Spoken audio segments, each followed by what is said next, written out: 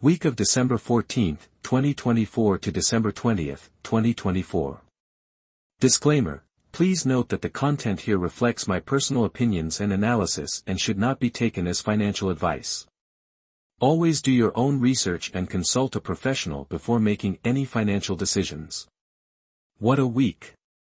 Bitcoin surged from $95,000 to hit $108,000 this Tuesday, December 17.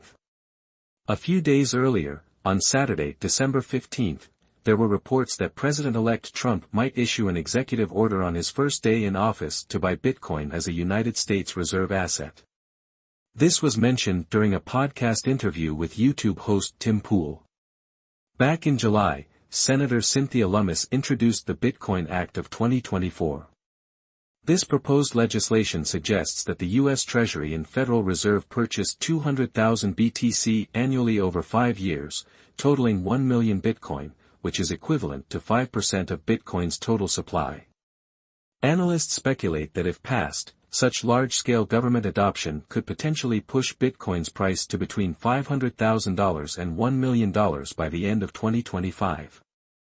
Adding to the excitement, investment firm BlackRock has suggested that a 1 to 2% portfolio allocation to Bitcoin could significantly boost demand, potentially elevating its value to around $900,000 per unit.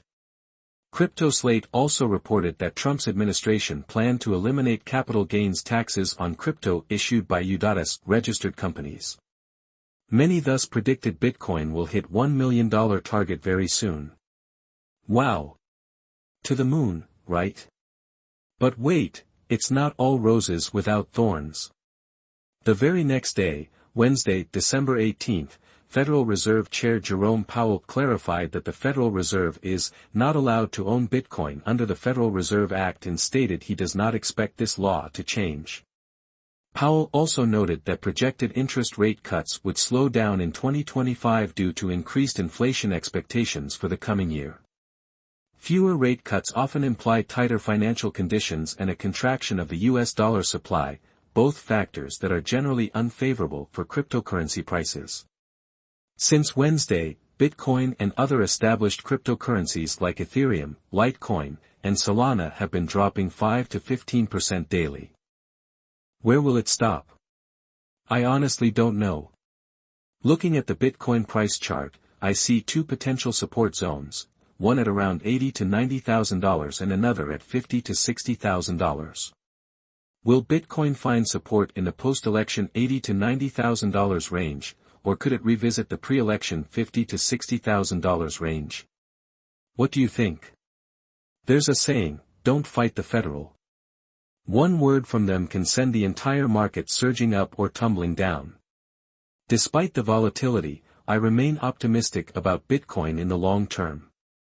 President-elect Donald Trump appears to be crypto-friendly, and the incoming SEC chair nominee Paul Atkins is known for being pro-crypto. Elon Musk, as you know by now, that is the person who got the ears of the president-elect, is also very pro-crypto. Forbes reported on November 14 that Trump told CNBC that the U.S. would create a Bitcoin strategic reserve. What Powell said above is definitely bearish for Bitcoin. That said, laws can change, and if the U.S. government decides to buy Bitcoin, how might they go about it? Would they purchase at pre-announced and regularly scheduled intervals, or would they buy when prices dip?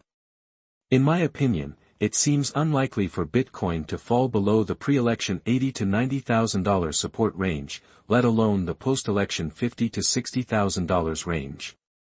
What do you think? Warren Buffett once said, "Be fearful when others are greedy, and be greedy when others are fearful."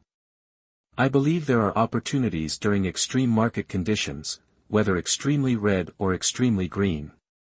What do you consider to be extreme conditions? How much of a price drop is extremely red?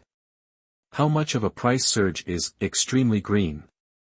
Let me know your thoughts in the comments section below.